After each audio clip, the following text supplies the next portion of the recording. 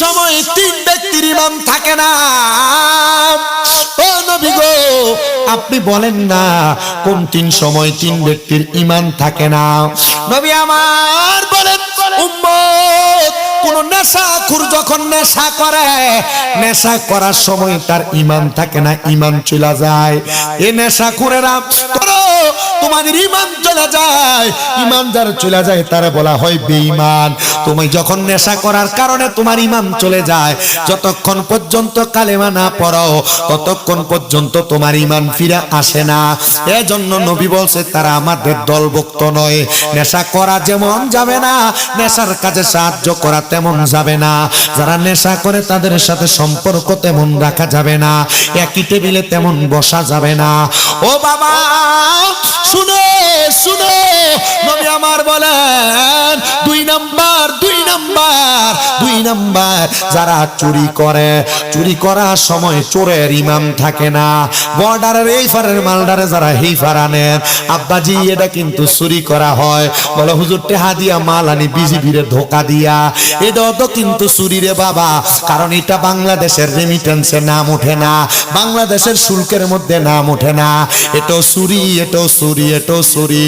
ও বাবা শোনো শোনো, কারোর অনুমতি ছাড়া কারোর গাছের একটা বরুই টান দিয়া খাওয়া চুরি, কারোর ক্ষেতের একটা মূলা চুরি করা চুরি, কারোর গাছের একটা আম খাওয়া চুরি, কারোর দোকান থেকে মুড়িওয়ালা মুড়ি বিক্রি করে 5 টাকার কিনেন কইয়া 10 টাকার মুড়ি খাবলে খাওয়া চুরি, কোন দোকানদার বুট বিক্রি করে 5 টাকার নিতে যায় 10 টাকার বুট মুখে দিয়া দিয়া খায়া ফেলা, খাওয়ার পরে কয় ভাই খাইছি মনে কিছু নিয়েন না, এটা চুরি। এটার সাথে ইসলামের কোনো সম্পর্ক নাই। আর এমন অনেক মানুষ আছে ক্ষেতের গালা কাঁচাইতে কাঁচাইতে 2-3 বছরের মধ্যে দেখা যায় জায়গা হইল 4 শতক, এটারে আরো 1 শতক বাড়াইয়া ক্ষেতের কাইটা লাইলদারে 1 বিঘা বানায়া লায়। আপনারা বলেন এমন জমি চোর সম্পদ চোর সমাজে আছে নাকি না? জবান খুলে বলেন আলহামদুলিল্লাহ। কিটা জমি চুরি করবার লাগি আলহামদুলিল্লাহ, মানুষের কাছে ডাব চুরি করবার লাগিয়া, সুপারি চুরি করবার লাগিয়া না। শুনো শুনো, চুরি যারা কর, ওজনে যারা আছে না নাই, ওজনে যারা কম দাও, এক মাল দেখায়া অন্য মাল যারা দাও, এটা চুরি চুরি চুরি। আল্লাহর নবী ঘোষণা করে চুরি করার সময় একটা চোরের ঈমান থাকে না, যতক্ষণ পর্যন্ত কালেমা না পড়ে ততক্ষণ পর্যন্ত তার ঈমান ফিরে আসে না। বাবা যেটা চুরি করে এটা কলমা পড়ব কোন সময়, এটা চুরি করে হয়তো হারায় না। যেটা নেশা করে এটা কলমা পড়ব কোন সময়, এটা নেশা করতে করতে মাথার তুলা ভাত লইয়া জাগা, এটা বাড়িতে দিয়ে বউরে দেয় ফিডা, মার এটা হে বউ, বউরে এটা হে মা। আপনারা কোন এমন তুলা ভাত লওয়ালা নেশা করো সমাজে আছে না নাই? চোর আছে, চুরি কইরো না। এ মা বোনেরা, তোমরা যারা তোমাদের স্বামীর পকেটের টাকা চুরি কইরা, জামাই বিদেশ থেকে তোমার অ্যাকাউন্টে টাকা পাঠাইছে, তুমি তোমার স্বামীর টাকা দিয়া তোমার মারে ডাক্তার দেখাও, তোমার বাইরে মোবাইল কিনা দাও, ও মা এটা চুরি, এটা চুরি। জামাইয়ের পকেটের টাকা চুরি করো না। তবে হ্যাঁ, এমন অনেক স্বামী আছে যারা তাদের বউয়ের চাহিদা পূরণ করতে চায় না, বউরে ফুরান ফুরান জামা কাপড় হরায়, দুইটা কাপড় দেওয়ার পর আর কোনটা দেয় না। ও বাবা, ও মা বোনেরা, তোমরা যারা জামাইটা কিফটা, ওই জামাইয়ের পকেটের টাকা চুরি করো গো মা, কোনো গুনাহ হইতো না। গুনাহ হইলে স্বামীর দাদারে দেলাইও। বলে হুজুর কারণটা কি জানেননি? কারণ বেটার টাকা আছে পয়সা আছে কিন্তু বউরে কিছু দেয় না। ও বাবা, চুরি করা জায়েজ বেরিয়েতে কইরা দিছি, এমন কাস্টমার কা কিপটা বেড়াই তো সমাজে আসেনি। চাইলে প্রত্যেক শোনেন আমার বাবা, তাহলে যারা চুরি করে কি করে? ঈমান কি থাকে না যায়? চুরি করে তাদের ঈমান চলে যায় রে, শুধু ঈমান যায় না। নবী আমার বলেন যতক্ষণ পর্যন্ত কালেমা না পড়ে ততক্ষণ পর্যন্ত তাদের ঈমান ফিরে আসে না। 3 নাম্বার, যারা জিনা করে, জিনা, ওই জিনা বিচার যারা করে গো তাদের ঈমান চলে যায়। যতক্ষণ পর্যন্ত কালেমা না পড়ে ততক্ষণ পর্যন্ত তাদের ঈমান ফিরে আসে না। এ বাবা, জেনা বলতে আপনি কি বোঝেন? আমি ভাঙ্গা ভাঙ্গে একটু বোঝাই। কোন পুরুষ কোন নারীর সাথে বিবাহ ছাড়া দৈহিক সম্পর্ক করাকে বলা হয় জেনা। কোন পুরুষ কোন নারী বৈবাহিক সম্পর্ক ছাড়া একজন আরেকজনের সাথে মেলামেশা করে এটাকে বলা হয় জেনা। কিন্তু বাবারে, জেনা শুধু এটারে বলে না, জেনা শুধু এটারে বলে না।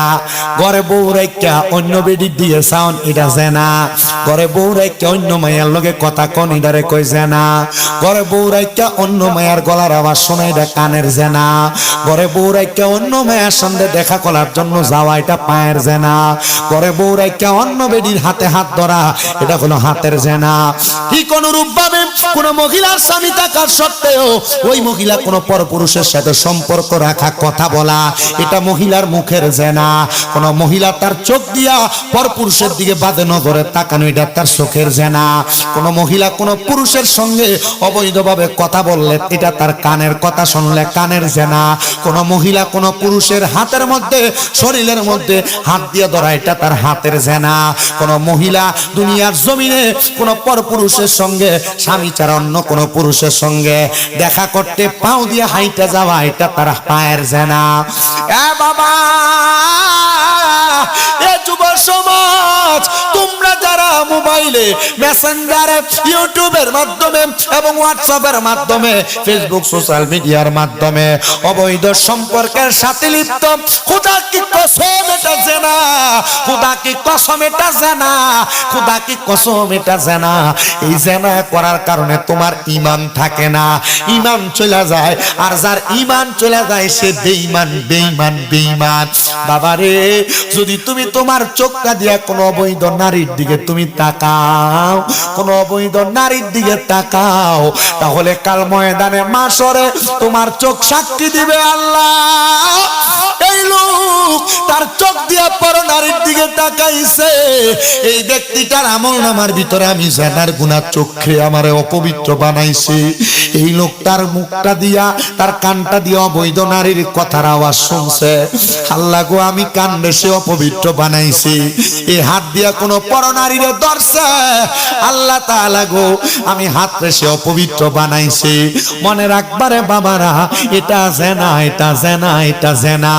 ঈমান যদি চইলা যায় জান্নাতের মজা পাইবা না, জান্নাতের আরাম পাইবা না, জান্নাতের স্বাদ পাইবা না। অথচ আমার নবী বলে, কোন মানুষ যদি জান্নাত থেকে 500 বছরের রাস্তা দূরেও থাকে, জান্নাতের সুঘ্রাণ ওই মানুষটার নাকের মধ্যে যায় লাগবে। জোরে জোরে কোন সুবহানাল্লাহ। বুঝতেছেন ওয়াজ? তো আমি আপনাদের কাছে যে ওয়াজটা টান দিয়েছিলাম, জান্নাতের সৌন্দর্য বাবা, জান্নাতের যদি জানা করে, চুরি করে, নেশা করে, যাইবো যাইবো। সাহাবায়ে কেরাম বলেন, নবী জান্নাতের সৌন্দর্য আর কি? পানি কয় প্রকার? কাউসারের পানি একটা সারাবান তহুরা, যারা নেশা করে তারা এটা পান করতে পারবে না। নেশা না করলে কাউসারের পানি পান করবে। কাউসারেরও মালিক গো নবী, কাউসার ফিলাইবা ফাফি তাপি উদ্দারিতে গো নবী, সেজদাতে পড়িবা গো নবী, নবী তুমি নবী উলাম্বি। নম্বর কয় দি জানেন? এটা জানুন বালা, নবীর প্রেম পায় কি কোন জায়গা? ওরে তোমার লাইগা বানায় আছে গো আমার আল্লাহ সারাটা দুনিয়া গো নবী, নবী তুমি নবী উলাম্বিয়া। এ দুনিয়ার মানুষ, জান্নাতের মধ্যে আরেকটা পানি আছে যেটার নাম হলো জান্নাতের লাবান, মানে দুধ।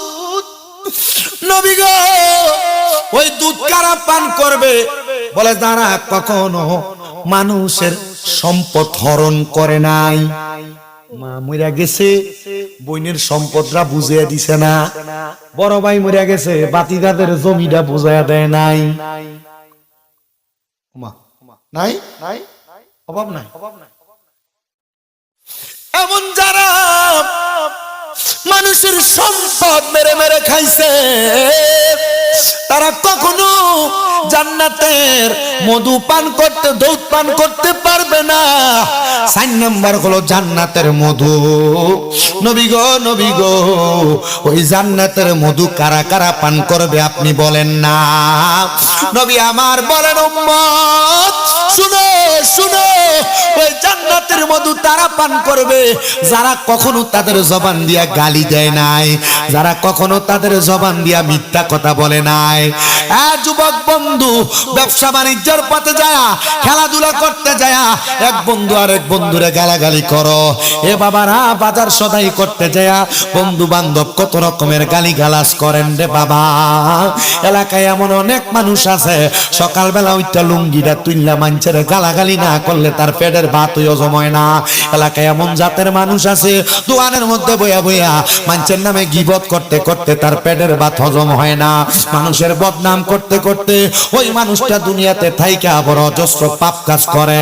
আল্লাহর নবী কয় যারা গালি দেয়, মিথ্যা কথা বলে, অপপ্রচার করে, এই ব্যক্তিগুলা জান্নাতের মধু পান করতে পারবে না। ও মায়ার নবী জান্নাতের স্বাদ কেমন? আল্লাহর নবী কয় কোন মুমিন যখন জান্নাতে যাবে ওই জান্নাতে যাওয়ার পরে মুমিন বান্দাটা সর্বপ্রথম আমার আল্লাহ তাআলার মেহমানদারি পাবে। নবী গো কেমন মেহমানদারি পাবে আপনি বলেন না। আমার নবী বলে 1 নাম্বার মেহমানদারি মাছের কলিজা দিয়া আমার আল্লাহ তাআলা মুমিন বান্দাটারে জান্নাতে মেহমানদারি করাইব। শুধু তাই না রে তাই না, জান্নাতি একটা মাছ, এই মাছটা আমরা সবাই চিনি তেলাপিয়া মাছ, ওই মাছগুলা দিয়ে আমার আল্লাহ তাআলা জান্নাতি মাছ দিয়া মেহমানদারি করাইব।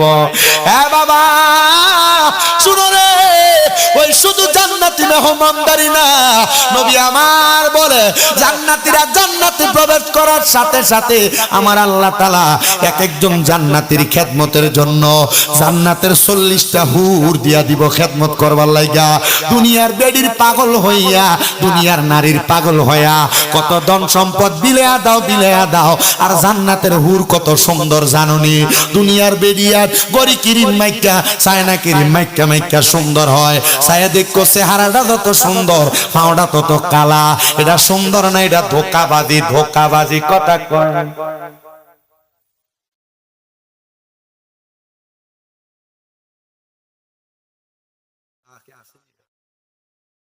সবাই একটু দুরূদ শরীফ পড়েন। আল্লাহুম্মা মুহাম্মাদ ওয়া আলা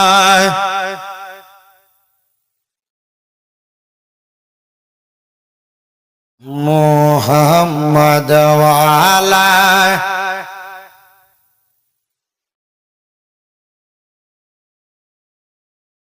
কবর হাসর ফুলসেরাতে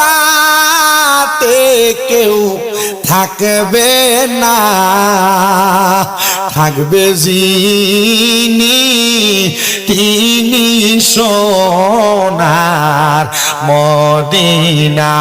আল্লাহুম্মা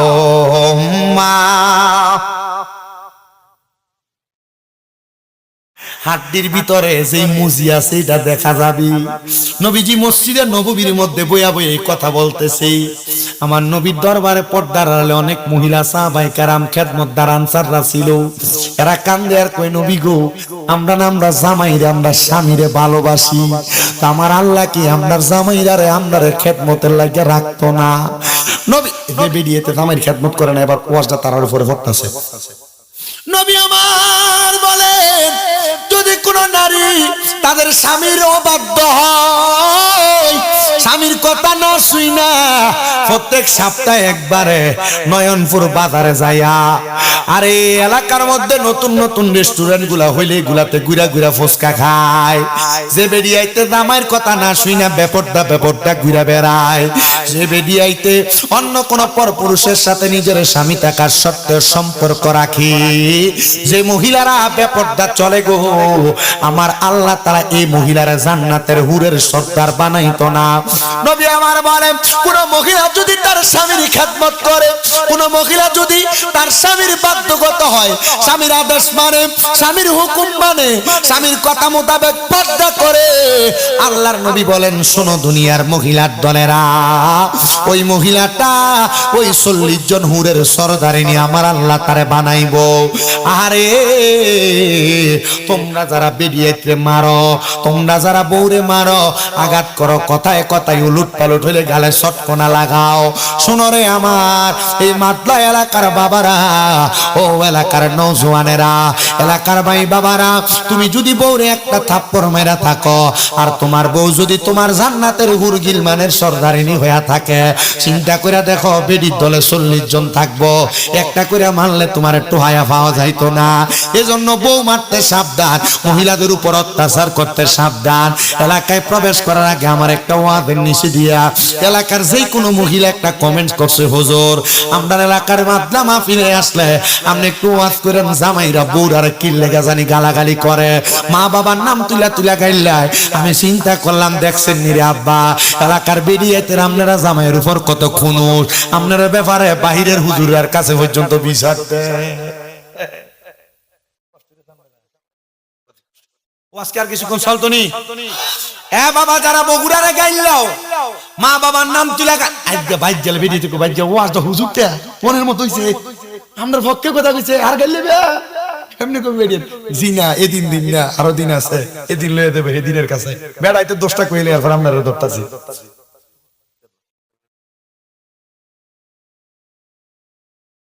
ও সবারই উপরে ভরতেছে, ঠিক নেই? আমার আগামীতে যদি দাওয়াত দেওয়ার কথা কর কালেকশনের লেগে বেরিয়ে কাছে যাও, দূরাইব দরকার না, কি মাতলার নাইলে আমার শুনে সমস্যা আছে, হেদায়েতের ওয়াজটা কইরা দিয়ে যাই বেড়াই তোর লোক এমনি গাউরামি দেহ, তোমার খবর আছে যে বেরিয়া কথা কয় না, আছে না? এমন স্বামীর অবাধ্য বেরিয়েতে আছে না নাই? জামাইরে তুই তাই করে ব্যবহার করে এমন বেরিয়েতে আছে না নাই? জামাইরে খোদার গজব দেয় এমন বেরিয়ে তো আছে না নাই? জামাইরে একটু কাজে যাইতে দেরি হইলে কয় খোদার গজবও পড়ে না, এমন কত কয় কি কয় না?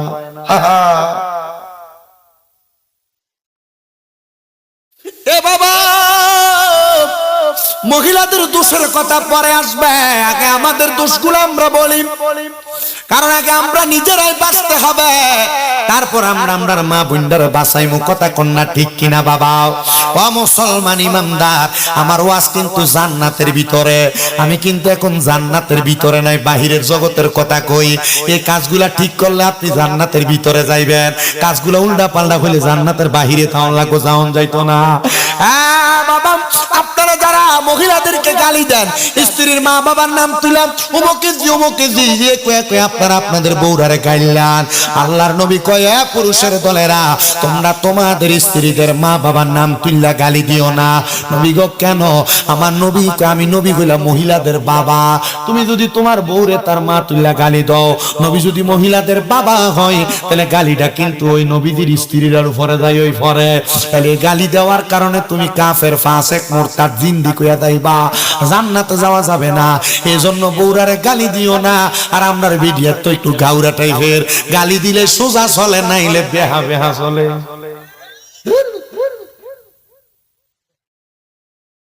শুনেন, নবী আমার শিখিয়ে দেয় রে, তোমরা তোমাদের স্ত্রীদের গালের মধ্যে আঘাত করো না। আর আমরা পানি টানতে দিল ঠস করে হক না বলি, গালের মধ্যে আঘাত করো না। নবী গো কেন কেন? রাহমাতুল লিল আলামিন নবী আমার বলেন রে ওই মহিলাদের গালে তোমরা আঘাত করো না, থাপ্পড় লাগায়ও না। নবী গো কেন গো? আমার নবী কই মহিলারা তোমাদের কাছে সাময়িক সময়ের মেহমান মাত্র, আমার আল্লাহ তাআলা আবার তাদেরকে ফিরে নিয়ে যাবে। আসলে তো কথা সত্য, মাইরো না, বউ ফিরাইও না। আল্লাহর নবী নিয়ম শিখিয়ে দিছে, কোন বউ যদি কথা না শোনে, 1 নাম্বার বেডির বিছানাটা আলাদা করে দিবা, 2 নাম্বার ডাক দিবা, 3 নাম্বার বেডির একটু ধমক দিয়া ফাললে একটু শাসাই বা আঘাত করবা, তবে দাগ যেন না পড়ে। কারণ কালার বেডিয়াতে এই মোবাইল যে বেরিয়ে দিয়েছেন শেষ। মুসলমান শুনো, স্ত্রী পরিচালনার ব্যাপারে সুন্দর সাবলীলতা শিখায় ইসলাম। তুমি তোমার বউরে বিয়া করার পরে টাইট ফিটিং বোরকা পরাও, তোমার স্ত্রীর তুমি কাপড়, এটা কিন্তু রাত 11টা 12টার ওয়া।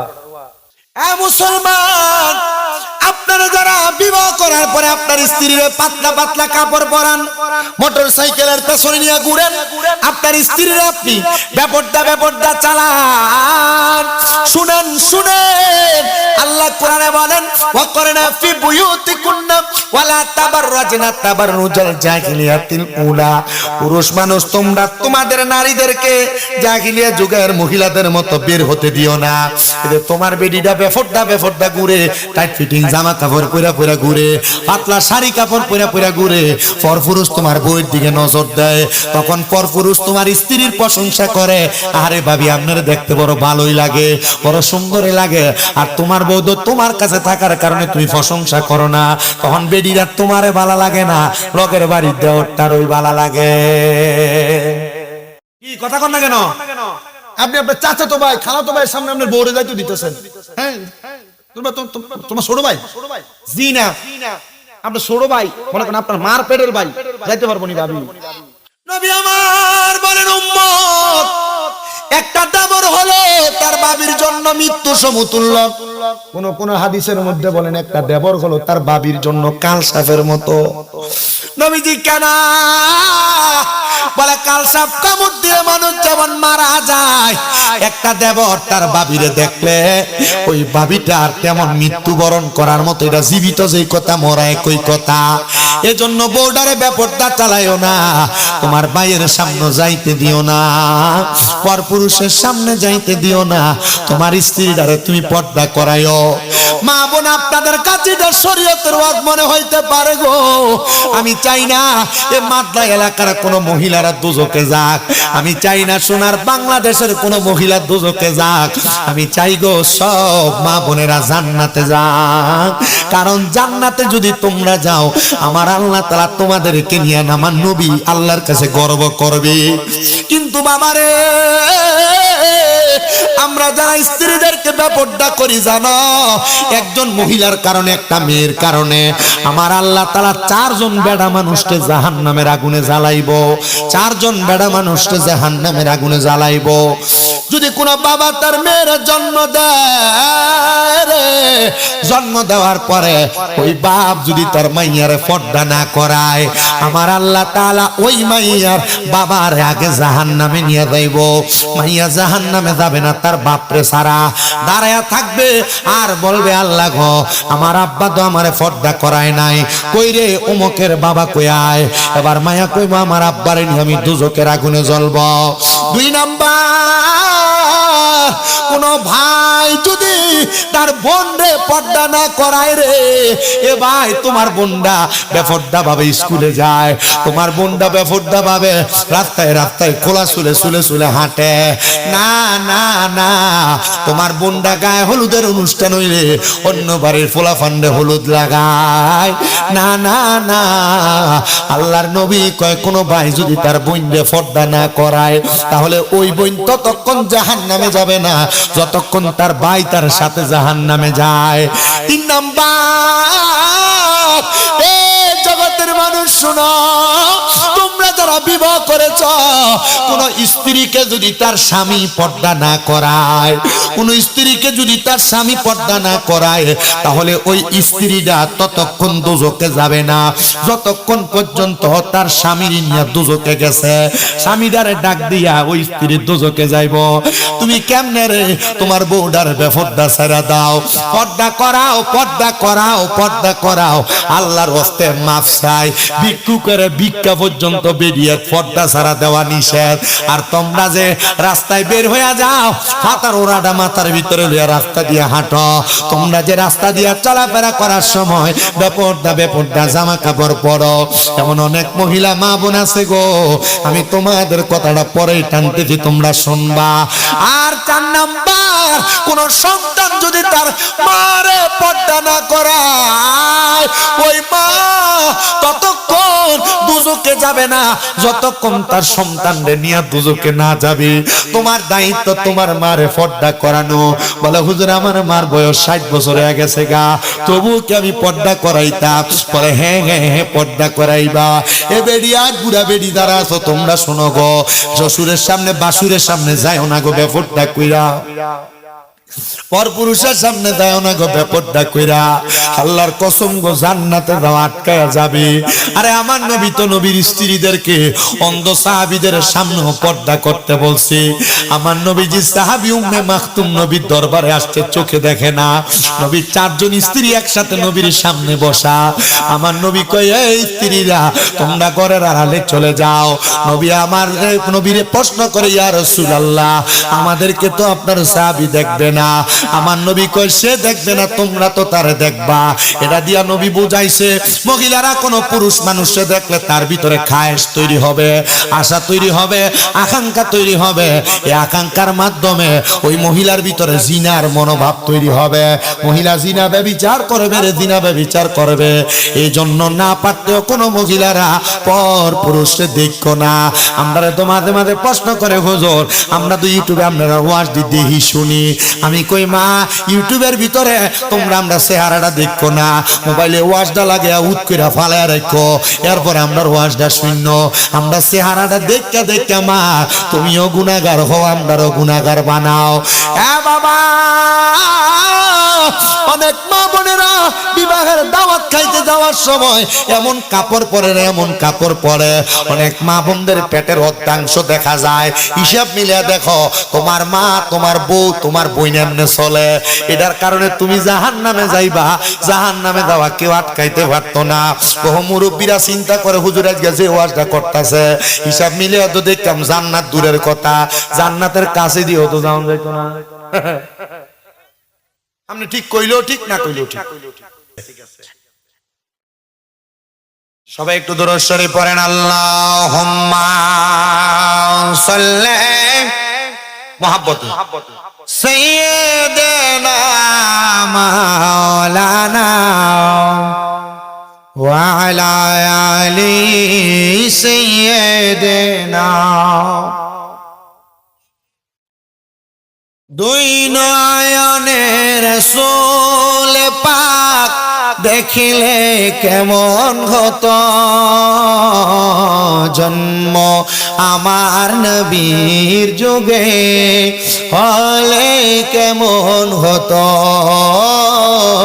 জন্ম আমার নবীর যুগে। আসতো বেশে হাজেরতে বেলালের মধুর আযান, সেইয়া জানেছিল এমন প্রেম মুগ্ধ রহমান। দয়াল নবীর পিছে নামাজ পড়লে কেমন হতো। আল্লাহুম্মা সাল্লি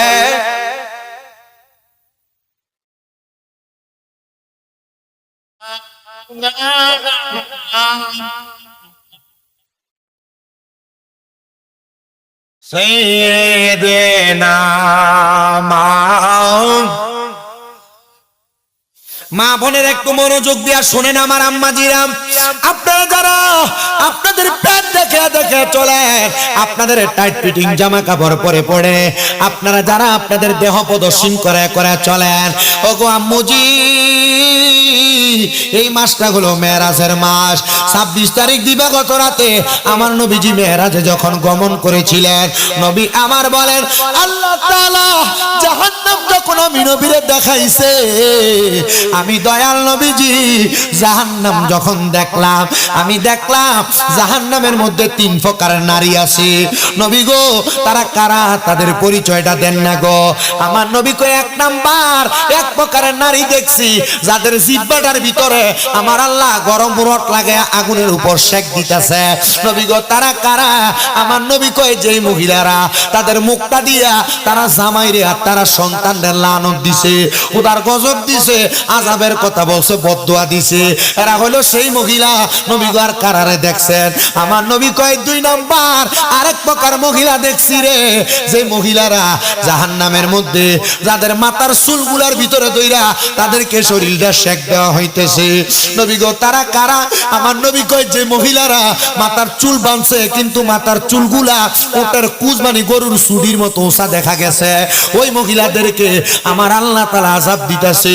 আমার নবী কয় আরেক প্রকার মহিলা দেখছি রে, যাদের স্তনের ভিতরে গরম লোহার রড লাগায় দিয়ে আগুনের মধ্যে সেক দেওয়া হইতেছে। নবী গো তারা কারা? আমার নবী কয় যে মহিলারা পোশাক পরে উলঙ্গ ছিল। মাগো মা, যারা জামা কাপড় বড় টাইট ফিটিং, এটার কারণে তুমি জাহান্নামে যাওয়া লাগবে।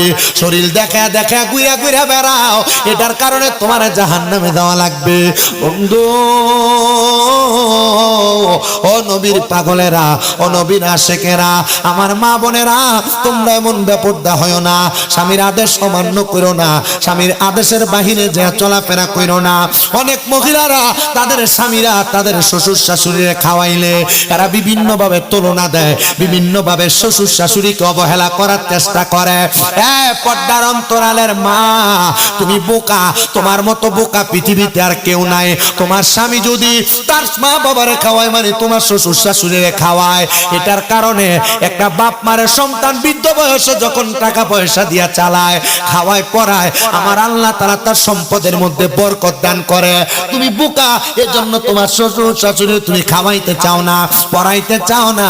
আল্লাহ দোহাই লাগে গো, আল্লাহ দোহাই লাগে, তোমরা তোমাদের শ্বশুর শাশুড়িদের উপরে একটু অত্যাচার করো না, খাওয়াইও পড়াইও, একটু সুন্দর ব্যবহার করো।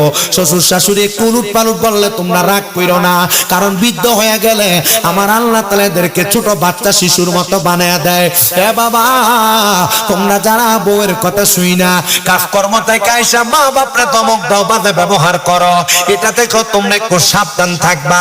মনে রাখবা তোমার আমল, আখলাক, নামাজ, রোজা সব ধ্বংস হয়ে যাবে।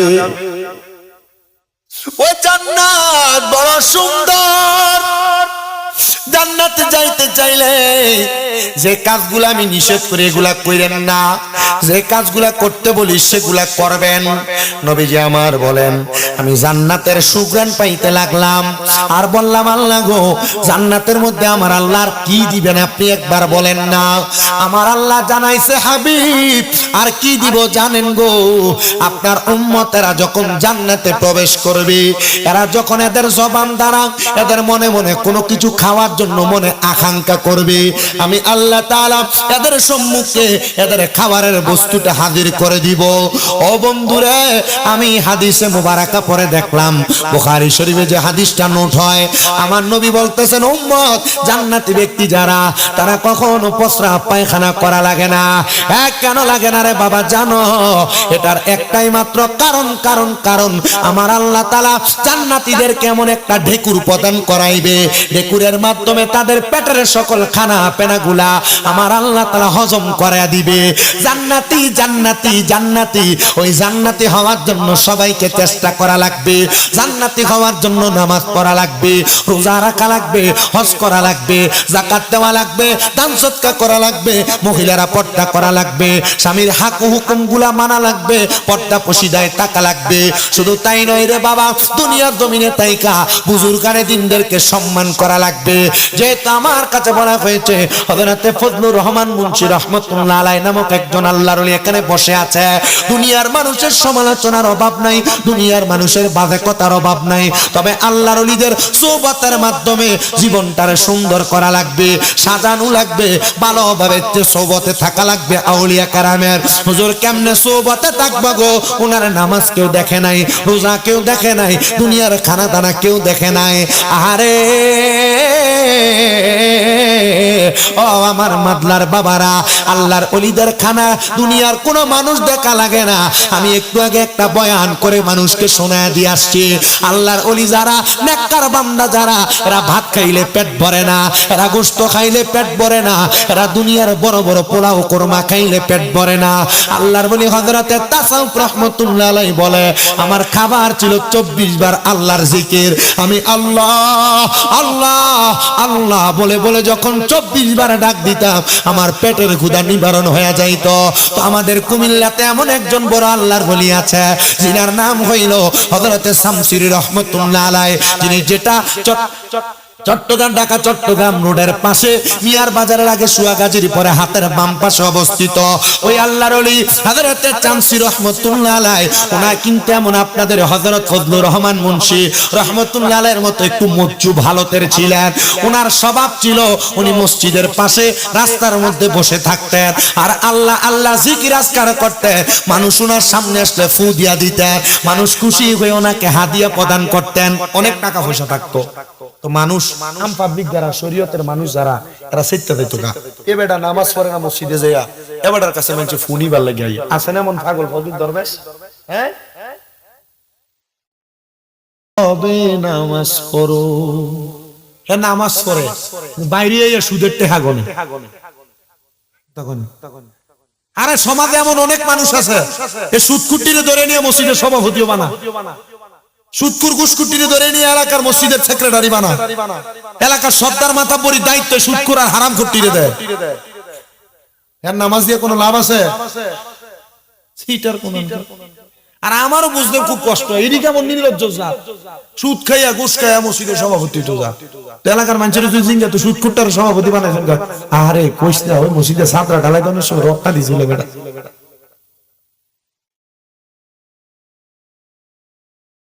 কথা কন না, ঠিক না বেটা?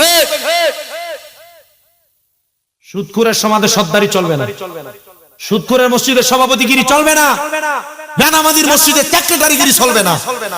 আমি আপনি ঠিক কই, কিন্তু এটা ঠিক হেতারাই কই।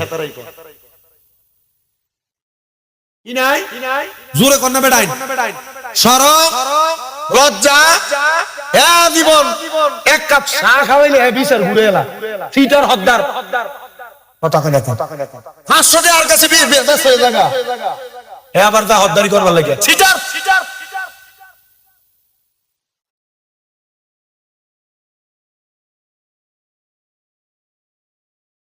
আল্লাহ আমরারে কবুল করেন, হেদায়েত দান করেন, পড়েন আমিন। আর জোরে পড়েন আমিন। এ বাবা যায় কয় পাগল মসজিদে নামাজ পড়ো না কেন? পাগল কয় মসজিদে নামাজ পড়তাম কেমনে? আমার নামাজ তো তোমরা দেহ না, আমি আমার মতো নামাজ পড়ি। কয় না, মসজিদে নামাজ পড়া লাগবো, চলো আগামী জুমা মসজিদে চলো।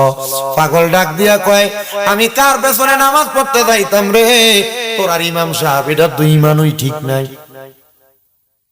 আমরা মুল্লারে ধরছে, পাগল কারে ধরছে? হুজুরের ধরছে। তোর আর মসজিদের ইমাম সাহেবের ইমান ঠিক নাই। বলে হুজুর কেন? বলে তে নামাজ পড়ে তোর মাদলার মসজিদের ভিতরে, তার মনটা পড়া থাকে নয়নপুরের বাজারে। নামাজ পড়ে মাদলার মসজিদে, তার মনটা পড়া থাকে বাড়িতে পড়া থাকার ওই কথা। আপনারা বেতন দেন 6000 টাকা, বেটা টেনশনে পড়া জায়গা 1 মাস পরে 1 বস্তা চাল কিনুন লাগে 3000 টাকা দিয়া, আর বাহি 3000 দিয়া তো সংসার চলে না। বেটা নামাজে দাঁড়াইলে চিন্তা, আরে আগামী মাসে আমার ভূতের স্কুলের বেতনটা কেমনে দেব, মাদ্রাসার বেতনটা কেমনে দেব, মা অসুস্থ, ওষুধ কেমনে কিনলাম। খোদার কসম বেটা নিজের নামাজও গেছে, তোরার নামাজও গেছে।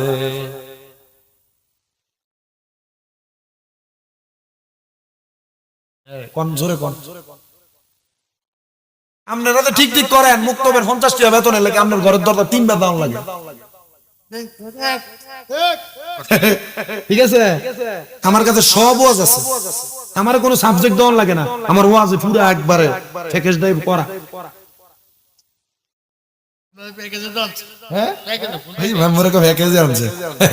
আল্লাহ কবুল করে। আমি যদি বইয়া না থাকতাম, আমার তরিক ভাই তো 50 মাইক ধরছে বলে 9টা, হ্যাঁ এর লাগে আমার বয়ে ওয়াজ করছে। আমি তো এমনি বইয়া থাকি না, আমি এটা জানলে খাইয়া দিয়ে উঠতে সময় মতো কইতাম। আর দন আইসি তখন যদি শরীরে একটা যে হিটা ছিল, এই সময় যদি বইতাম লড়াইলে ছিলাম না, যদ্দুর লড়াইছে দূরের থেকে আরো বেশি লইতে। হ্যাঁ বাবা শুনো, ইনসাফ কইরো, আদল কইরো। ইনসাফ না করে কবরে গেলে যত নামাজ পড়ো কাম হবে না, যত রোজা রাখো কাম হবে না। সভাপতি সাহেব দোয়া চাই, হুজুর 5টা কেজি জিলাপি আনছি, আমার পুত্রের লাগে দোয়া করেন, আল্লাহ একটা বালা সারকি দিত। ইমাম সাহেব ফজরের সময় দোয়া করে, আল্লাহ সভাপতির পুত্রারে আমার মতো একটা বালা সারকি। আপনার মতো 5000 টাকা সারকি হুজুর, আমারটা ভালো না সারকি। আমার ইমামতির মতো মূল্যবান স্যার কি আর আছে? আমি এই দোয়াটা করলাম, না এই স্যার কি হোসাইতো না, 60-70 হাজার টাকা বেতন লাগে।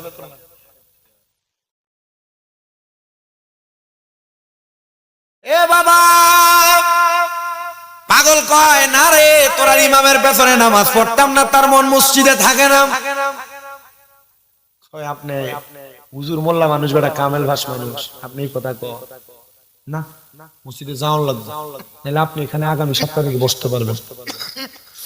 উনি ডাক দিয়া বলেন, এলাকার মানুষ ঠিক আছে, আমি মসজিদে আগামী জুমা পড়তে যাব রে বাবা, তবে সাবধান রে, আমি মসজিদে যাব, তোমরা আমার সঙ্গে বাদে কোনো আচরণ করতে পারবে না, আমি আমার মতো যাবো। আপনারা অনেকে আছেন নামাজে দাঁড়াইলে দূরে তাড়াতাড়ি ডুবি যাবে, খুতবা শুনতে হবে। অনেকে খুতবার সময় কথা কয়, বহু মসজিদে খুতবার সময় কালেকশন করে, নিষেধ। জুমার নামাজের মূল হইল খুতবা, খুতবার সময় কথা বলবেন না, নামাজের শুরুতে বসে থাকবেন। সুন্নাত। খুতবা শুরু হয়ে গেছে, তার মানে পাগল এগুলা জানে কোন সময় আমল লাগবো। খুতবা শুরু হয়ে গেছে, পাগল খুতবা শোনার জন্য আইসা নামাজের শুরুতে বসা। পাগল মানুষ কান্দের মধ্যে গাঁটটি গোচ্ছা দুই একটাই থাকে, ওই দিন পাগলের কান্দে একটা গাঁটটি লইয়া পাগল আসছি। ইমাম খুতবা দেয়, নামাজের মধ্যে আল্লাহু আকবার কইয়া দাঁড়াইছে পাগল। ইমাম সাহেব কারাত পড়ে, আউযু বিল্লাহি মিনাশ শাইতানির রাজিম, বিসমিল্লাহির রহমানির রহিম, আলহামদুলিল্লাহি রাব্বিল আলামিন, আর রহমানির রহিম, মালিক ইয়াউমিদ্দিন, ইয়াকা না'বুদু ওয়া ইয়াকা নাস্তাঈন, ইহদিনাস সিরাতাল মুস্তাকিম, সিরাতাল লাযীনা আন'আমতা আলাইহিম গায়রিল মাগদুবি আলাইহিম ওয়ালাদ-দাল্লিন।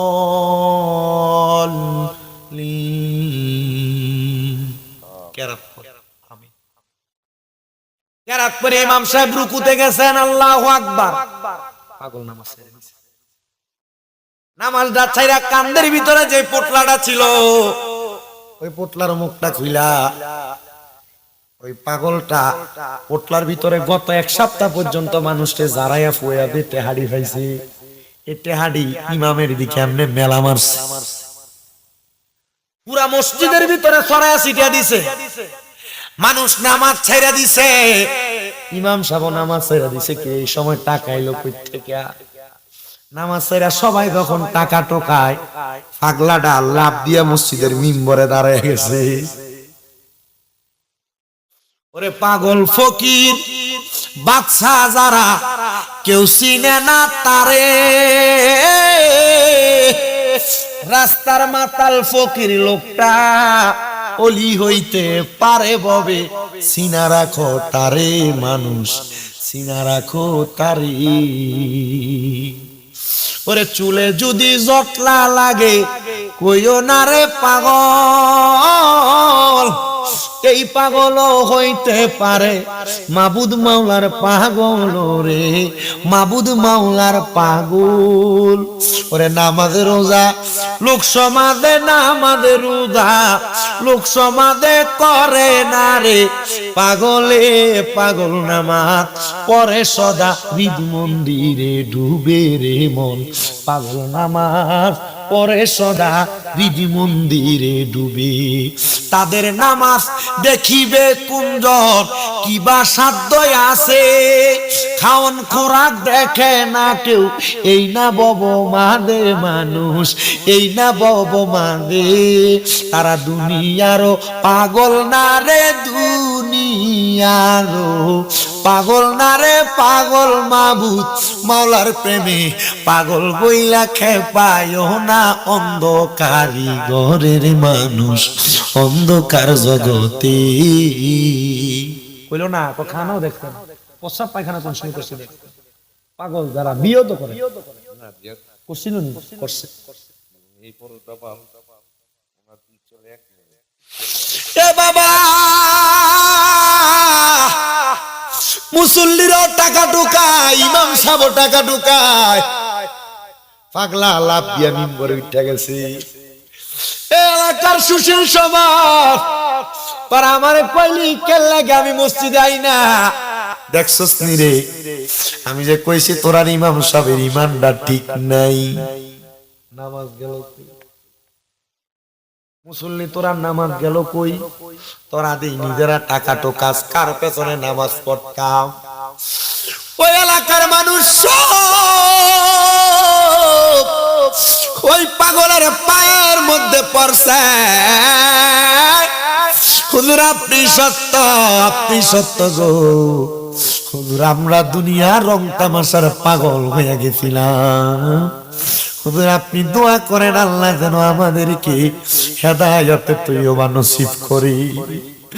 দুনিয়ার এক সমাজের মানুষ ইষ্টে দুইটা, আল্লাহর পীর বুজুর্গের বিরোধিতা করে, তোমরা ওই হুজুরের লগে ঠিক ঠিক করো। আল্লাহর পীর বুজুর্গের মাজারের বিরোধিতা করে, তোমরা ঠিক ঠিক করো।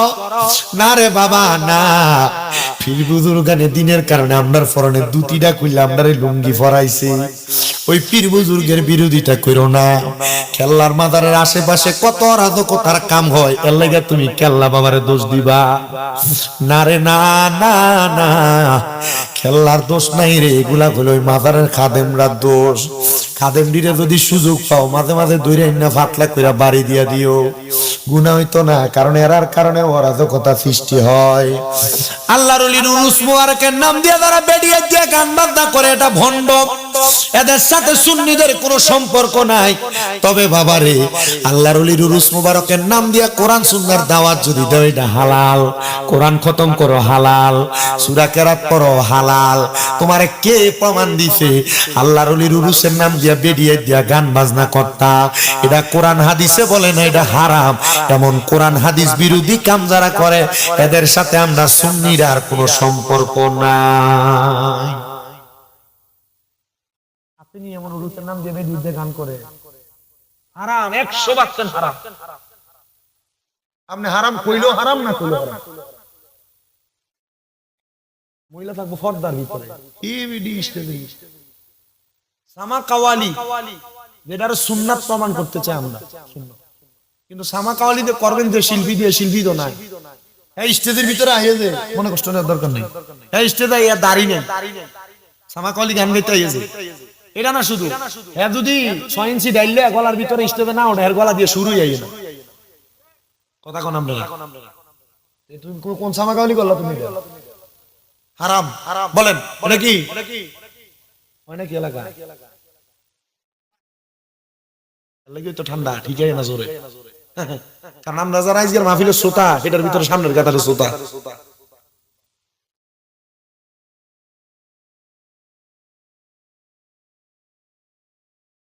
এ বাবা আল্লাহর বুজুর্গানে দিনকে অস্বীকার করা যাবে না, এদেরকে অসম্মতি জানানো যাবে না। আল্লাহর বুজুর্গানে দিনদের পক্ষে থাকতে হবে।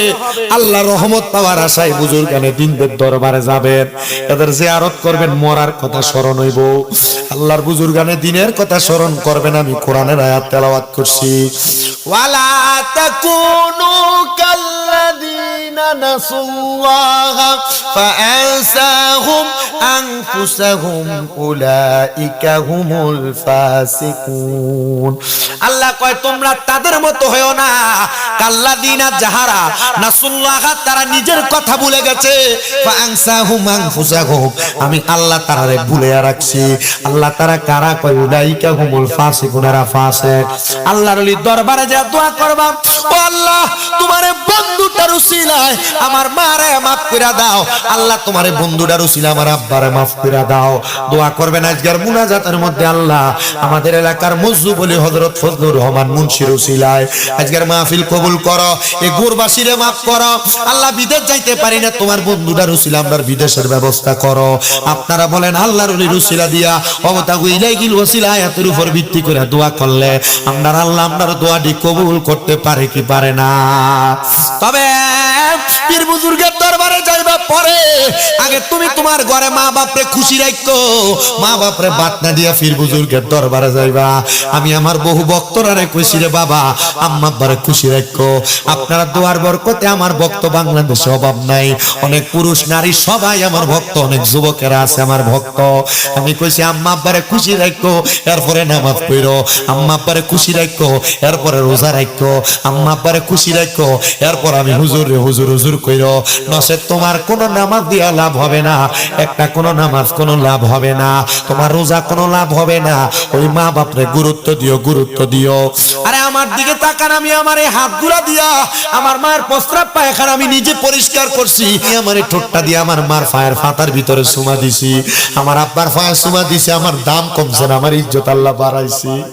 আমার মা আজকে 8 মাসের উপর অসুস্থ, আমি আমার আম্মা জানের 8 মাস খেদমত চালাইছি।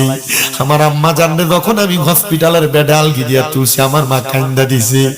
আমি জিগাইছি আপনি কান্দেন খেললে, আমার মা কয় তুই তো নিজের জামা কাপড় ধুইছস না, আমি তোর আরে কত কষ্ট দিতাছি। আমি কইছি মা আমি আপনার লেগে কাম করলে আমার দাম কমতো না গো, জগৎবাসী আমার সম্মান করবে, ইজ্জত করবে। আল্লাহর কসম কইরা বলি রে, অন্য বছর যে পরিমাণ মাহফিল করছি আমি আমার মার খেদমতটা করার পরে আমার এই বছর বেশি থেকে বেশি ডাবলের ডাবল মাহফিলের দাওয়াত আসে। আগে মানুষ যে পরিমাণ হাদিয়া দিত, আমার মায়ের খেদমতের বরকতে আল্লাহ আমার এর চাইতে আরো বেশি হাদিয়া দেয়। দেশ বিদেশের কত মানুষ হাদিয়া তোফা দিয়া খুশি করে রে বাবা, আমি জানি রে এগুলা আমার মা বাবার দোয়ার বরকত। আম্মা আব্বার মনে কষ্ট দিও না,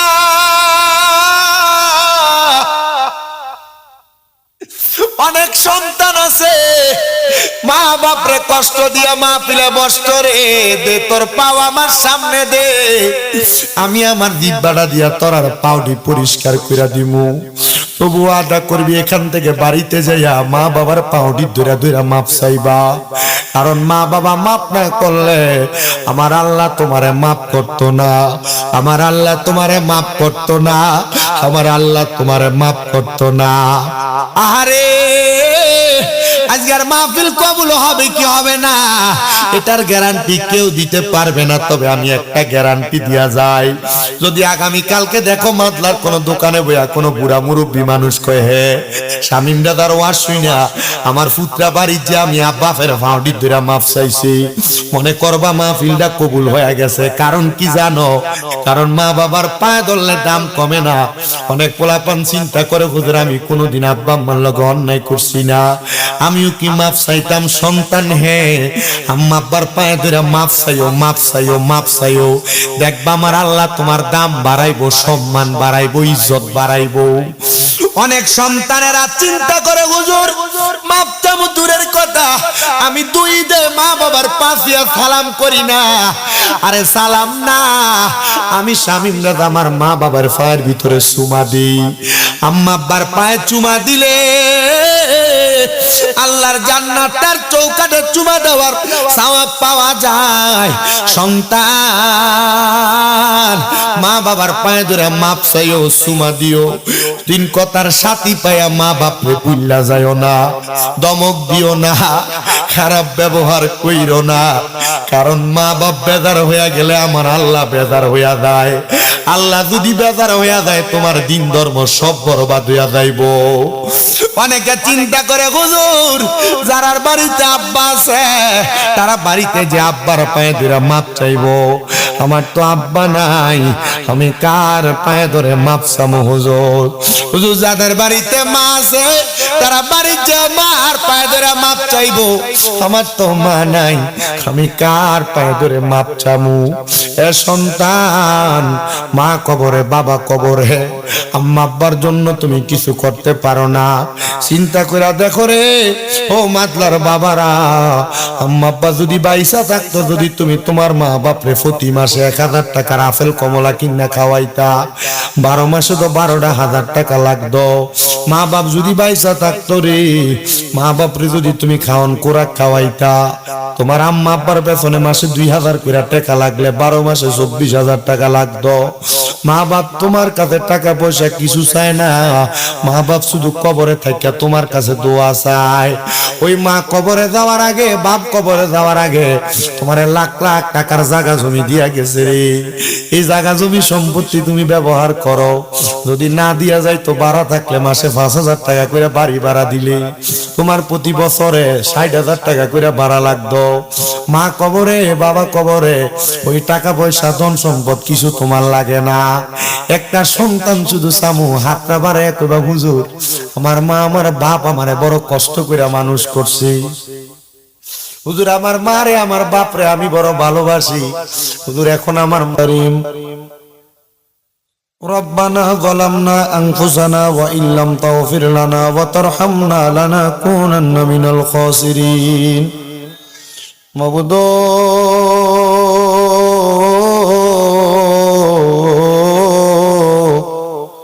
ও দয়াল আল্লাহ, একটু রহমতের নজর করে তাকিয়ে দেখেন গো আল্লাহ। আল্লাহ মাদলা পশ্চিম পাড়া রহমানিয়া বিজিবি ক্যাম্প জামে মসজিদের সকল কবরবাসীর রুহের আত্মার মাগফিরাত কামনায় প্রবাসী যুব সমাজের উদ্যোগে ইসলামী মহাসম্মেলন ওয়াজ ও দোয়ার মাহফিলে এই এলাকার আলেম সমাজ, জারি বাঁকা মুরব্বী বাবারা, যুবক নতুন ভাইয়েরা, ছোট ছোট মাসুম বাচ্চারা, পর্দার অন্তরালের মা বোনেরা, জীবনের গুণামাপ পাওয়ার আশায় 2টা হাত বাড়াইছে আল্লাহ। যার হাতটা তোমার দরবারে মায়া লাগে, পছন্দ হয়, ওই হাতের উসিলা আমরা প্রত্যেকের জীবনের গুনাহ তুমি মাফ করে দাও মাবুদ। আজকের মুনাজাতের মধ্যে আমরা যারা হাত বাড়াইছি, আমাদের মধ্যে অনেকে আছে যাদের দুনিয়াতে আব্বা নাই, যেই বাবা রিক্সা চালায়া মাটি কাইটা মাথার গাম পায়ে ফেলায়া পরের বাড়িতে বদলার কাজ কইরা সন্তানরে মানুষের মতো মানুষ করার জন্য আব্বা রক্তরে পানি বানাইছে, এমন আব্বা যাদের কবরে, আব্বার কবর জান্নাতের বাগান বানায়া দাও ও আল্লাহ। কে জানি হাত বাড়াইছে, কার জানি দুনিয়াতে মা নাই, যেই মা 10 মাস 10 দিন গর্ভে ধারণ কইরা সন্তানের প্রসব বেদনা সহ্য করতে মার বড় কষ্ট হয়ে গেছে, আল্লাহ যাদের এমন মা কবরে, আম্মার কবর না জাতের ফয়সালা করে দাও রাব্বুল আলামিন। আল্লাহ ফরিয়াদ তোমার দরবারে গো, ফরিয়াদ তোমার দরবারে। আমরা যারা হাত বাড়াইলাম, অনেকে আছে মাও নাই বাবাও নাই, কবরের বাসিন্দা, আম্মা আব্বার কবর নাজাতের ফয়সালা করে দাও। মরিয়া গিয়াছেন আল্লাহ, ওই আল্লাহ যারার মা বাপ মাফ করিয়া দেন না গো আল্লাহ, কবরের আযাব। আম্মা আব্বা আছে যারা অন্ধকার কবরে, তাদেরকে রাই কেন গয় আপনার মায়ার নজরে। আল্লাহ যাদের মা নাই বাবা নাই, আম্মা আব্বার কবর জান্নাতের বাগান বানাও। যাদের মা বাবা বেঁচে আছে, হায়াতে বরকত দান করে দাও। অনেকের মা বাবা অসুস্থ, পরিপূর্ণ সুস্থ বানিয়ে দাও। আম্মা সাহেবের আম্মা আব্বা সহ যারা যারা কবরে, আল্লাহ প্রত্যেকের কবর নাজাতের ফয়সালা করো।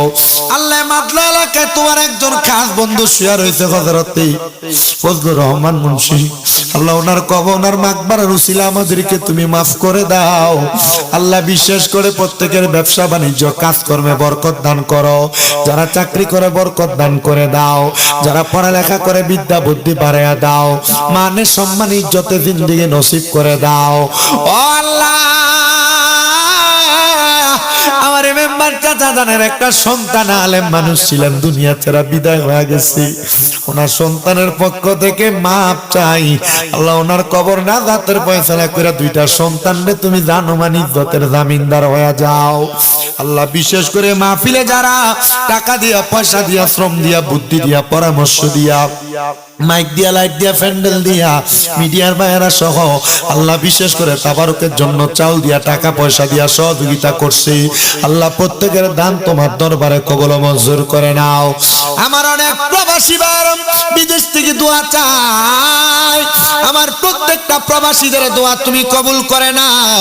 প্রবাসীদের হায়াতের দিকে বরকত দান করে দাও। প্রবাসীদের মনের নেক আশাগুলো পূরণ করো। আল্লাহ প্রবাসীদের দিন দুনিয়া আখিরাতে কামিয়াবি করে দাও। এই মাহফিল কিয়ামত পর্যন্ত জারি রাখার তৌফিক দান করে দাও। আগামী বছরের জন্য যারা যারা দান করেছে প্রত্যেকের দান তুমি কবুল করে নাও।